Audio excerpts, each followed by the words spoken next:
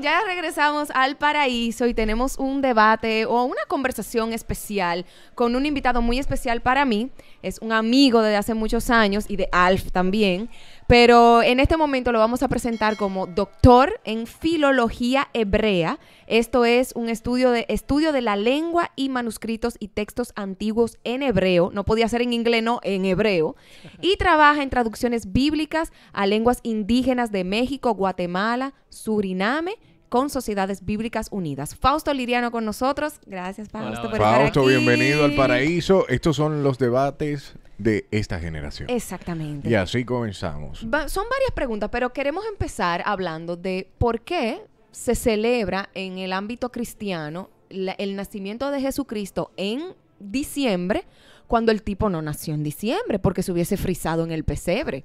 O no es una incoherencia, cuando también la misma Biblia habla de que hay que ser coherente, que uno debe ser, ¿cómo se dice? Verdadero, coherente. Sí, uno siempre tiene que hablar la verdad, pero en ese sentido lo que queremos saber es como... Es si una mentira. es mentira que Jesucristo nació en diciembre. ¿Y por qué los cristianos lo celebramos? No sabemos si Jesús nació en diciembre. Ok. Ok. Eso es lo primero. Y desde principios, primero en los primeros 2 siglos de la iglesia no se celebraba, al menos no hay ningún documento que hable sobre celebrar la fecha del nacimiento de Jesús. Siempre se le dio mucha importancia a su bautizo. Hay fechas del bautizo de Jesús empezando Sí, claro. finales del siglo I, siglo II, también a su muerte y a su resurrección, que esto es quizá otro tema, pero nosotros celebramos la muerte y resurrección de Jesucristo una semana antes o una semana después de cuando realmente sucedió, porque la iglesia no quería mezclarlo con la fiesta de la Pascua judía, que fue cuando realmente Jesús murió. Entonces, hasta finales del siglo II no hay ningún interés, al menos registrado, de la iglesia de celebrar el nacimiento de Jesús, porque no hay una fecha definida. Exacto, se toma Ok. como algo simbólico porque se hacía, era en conmemoración al dios Sol. Entonces, No. era como, bueno, yéndonos un poquito más para atrás, para lo pagano, ¿no era? A la parte de los paganos, ¿no? Exacto. Realmente no tiene conexión No tiene conexión. con lo pagano. Ajá. Eso es eso realmente un mito. Ok. Tiene conexión con el solsticio de invierno, que es entre el 17 y el 25 de diciembre, siendo generalmente el 25 de diciembre el día más largo. Ustedes saben que tenemos solsticio de verano, Sí. tenemos Solsticio de solsticio verano. de invierno, dependiendo que es cuando marca la posición más alta del sol hacia el norte o hacia el sur. Y es un evento astronómico, no es un evento pagano. En algunas culturas sí tenía una relación y tiene una relación con el paganismo, tanto el solsticio de verano como el solsticio de invierno, pero la conexión con el 25 de diciembre específicamente, que de hecho en los cristianos hay 2 tradiciones. La iglesia occidental, católica y protestante, y los Sí. que son influenciados por la iglesia occidental, celebran Navidad el 25 de diciembre. La iglesia oriental, esto es la iglesia ortodoxa, bizantina, calcedonia, menos los armenios, aunque se han abierto un poquito últimamente, celebran la Navidad el 7 de enero. Ok. Esto es porque cuando se instituyó la fecha de Navidad como 25 de diciembre, se usaba el calendario juliano. Y se descubrió cuando se instituyó el calendario gregoriano en el siglo XVI por el Papa Gregorio XIII, que el calendario juliano tenía un error de días. O sea, cada 400 años había que agregarle 3 días. Ok. Entonces, para el siglo XVI ya no era el 25 de diciembre del siglo III y siglo IV, resultaba ser el 7 de enero, el 6 de enero en esa fecha. Al Ok. día de hoy, las iglesias coptas, ortodoxas, celebran el 7 de enero, para el 2100 lo van a celebrar el 8 de enero y así sucesivamente.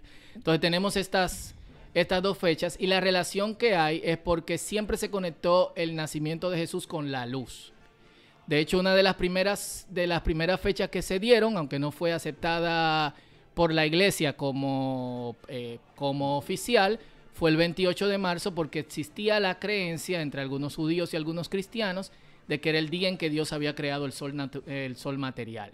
Okay. Eso vendría siendo en el libro de Génesis.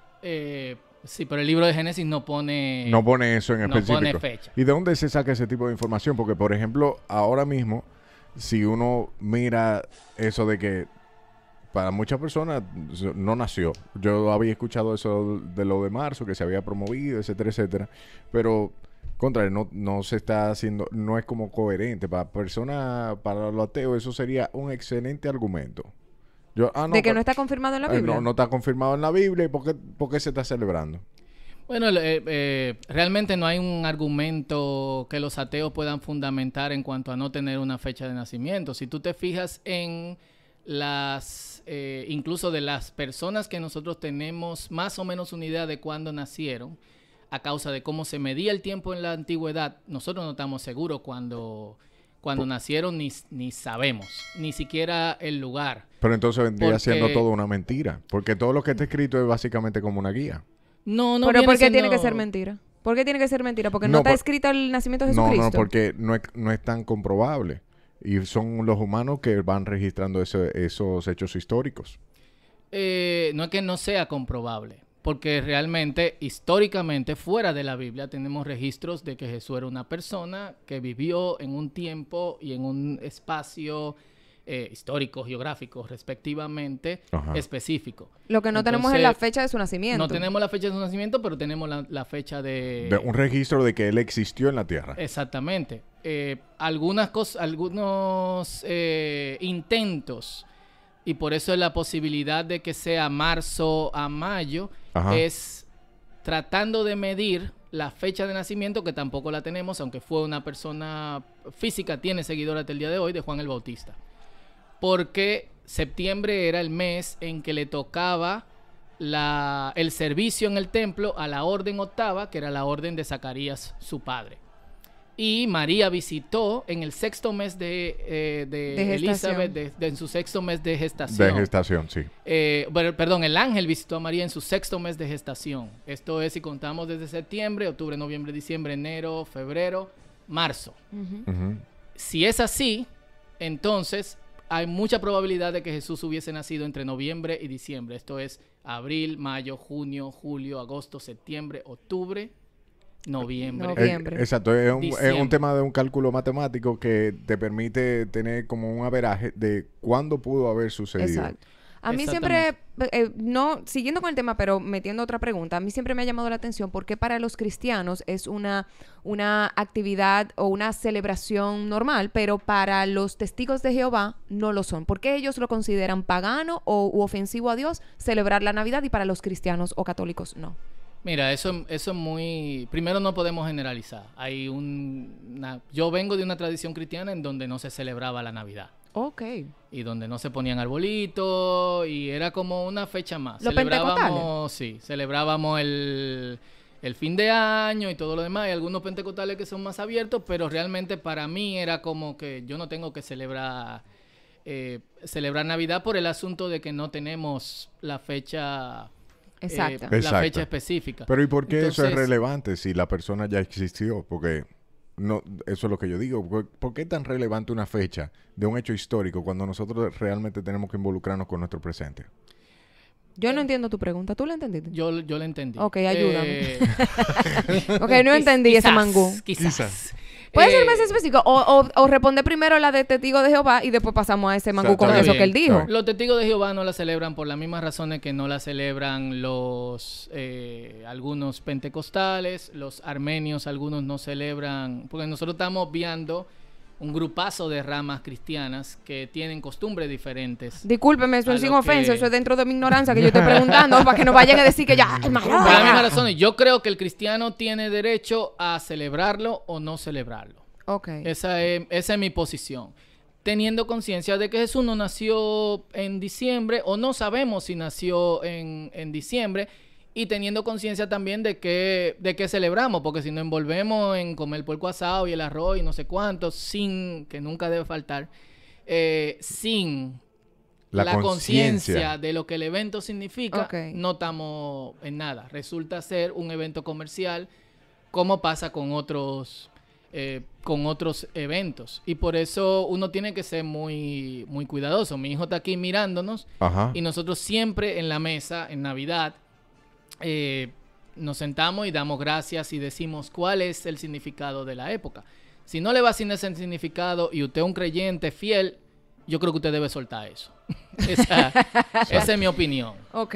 Entonces, el mangú con queso que tú dijiste ahorita, por reitero. favor, aplátánalo para yo entender. ¿Por qué es entonces algo significativo el tema de que se celebre o no una fecha, aunque no se tenga conocimiento de la misma, de cuándo se dio el nacimiento? Hasta ahí vamos bien. Ujú. Ajá. Cuando sí se tiene claro que existió esa persona y lo que representó para la historia. Es Yo- un disparate lo otro. Yo creo Ya que- existió. Sí, yo creo que es por la misma razón. Nosotros necesitamos de alguna u otra manera. Es como cuando alguien muere y tú no tienes el cuerpo. De todas formas, la gente hace un entierro, pone un ataúd.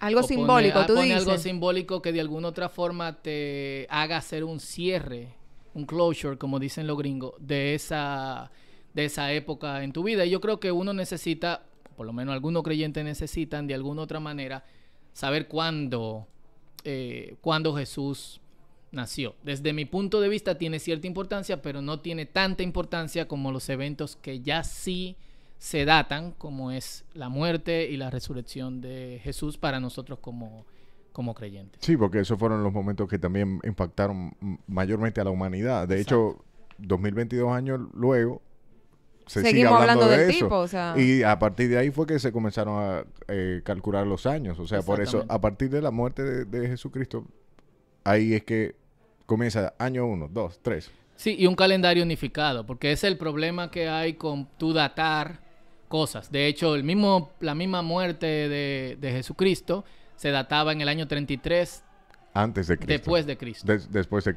Y cuando se hicieron los cálculos bien, Jesús nació 3 años antes de cuando se creía que Jesús nacía. Entonces Jesús murió en el año 30, En el año 30. Ah, ok. después de su era. ¿Con qué tiene que ver eso? Antes se databa en base a quien estaba en el trono de un imperio. Entonces Ok. se decía en el año tal de fulanito. Y tú tenías que hacer el cálculo Claro. de cuándo se consideraba que era el año tal de fulanito. Podía ser que Augusto, o Juliano, o Dominico subió al trono en su mente en el año 55 Ajá. del otro, pero para el otro él seguía siendo emperador por cuatro años más. Y encima de eso, tú tienes otros imperios que crecían paralelamente a imperios importantes y tenían otra datación. Entonces hay una cuestión histórica que Se en va cierto dando ahí. modo se va dando, que impide que uno tenga fechas exactas de nacimientos o efemérides de los primeros 400 años de nuestra época. Sí, yo diría que hasta la historia reciente, o sea, reciente cuando comenzó a documentarse realmente las cosas que se podían replicar. O sea, yo tengo un libro y yo puedo replicar ese libro y ahí se propagaba mucho más fácil. Pero Claro. cuando solo una persona tenía la información, el sentido común me indica que se puede variar lo que dice ahí. Marola leyó el libro y le agregó 2 dígitos de más sin querer. Claro. Entonces ya ahí comienza la confusión histórica. A modo de conclusión... Tengo una mía. pregunta. No, Ok, no, de mi punto nada más. No es que Ok. se acabe el tema. Ok. Yo entiendo que siempre y cuando se respete la postura de los demás, independientemente de la creencia de que Alá o no Alá, Mao Zedong, Buda, quien quiera, Dios, Jesús, si uno respeta, es lo relevante al otro. Si celebra, no celebra. Y yo creo que eso, por ejemplo, Fausto lo está demostrando súper bien, que él dice, yo hago mi cosa y yo le mantengo mi intención, yo cuido mi Yo intención. disfruto la Navidad, de hecho. como O sea, tú época. todavía sientes la magia de la Navidad. Él la no le pone magia. Yo siento como el significado del evento. Y hay otros cristianos que me dicen, pero Jesús no nació en diciembre. Yo estoy recordando que Él nació cuando sea que haya nacido. Claro. Pues ahí es que yo voy contigo y mi punto. Como que, ¿qué importa lo que piense otro? O sea, yo soy fiel a mis creencias. Exacto. Mira, Fausto es una persona que desde que yo lo conocí es un poco extraña, pero él siempre estaba como con unas soy mezclas. extraño. Eres extrañísimo. O sea, él es el primer pastor Todita que yo eso. conozco, cristianísimo, que oye metal cristiano. Sí, metal cristiano. Y nada, a mí me daba tanta risa cuando yo hablaba con Fausto y me decía, sí, yo estoy estudiando filología. Loco, ¿qué es eso? O sea, tú eres el único tipo que está estudiando filología, que es este asunto del estudio de la lengua hebrea. Mi pregunta va porque tú has trabajado con las traducciones bíblicas Ujú. y tienes, o sea, referencia obviamente de la Biblia Reina Valera, de la que estudiamos en la actualidad, pero tú has estado con los manuscritos reales. ¿Has encontrado incongruencia y traducciones que no están correctas comparado con la Biblia actual y con los manuscritos originales? No es de Navidad que estamos hablando. Sí, loco, pero es no. que me llama la atención. Ese es otro tema. Mira, siempre va a haber, primero, una traducción de la Biblia no es la Biblia. Repíteme eso. Una traducción de la Biblia no es la Biblia, es una traducción de la Biblia. Entonces, la Biblia es la Biblia en las lenguas originales. Si toda traducción, hay una famosa frase en italiano, traduttore, traditore, Ajá. que Humberto Eco la pegó, como decimos en buen dominicano. El traductor siempre va a pensar desde su punto de vista cómo yo puedo llevar esto mejor a quienes van a leer el libro. Y encima de eso, un libro sagrado se va a leer frente a una congregación. Hay un ejemplo de el libro de Ezequiel, capítulo...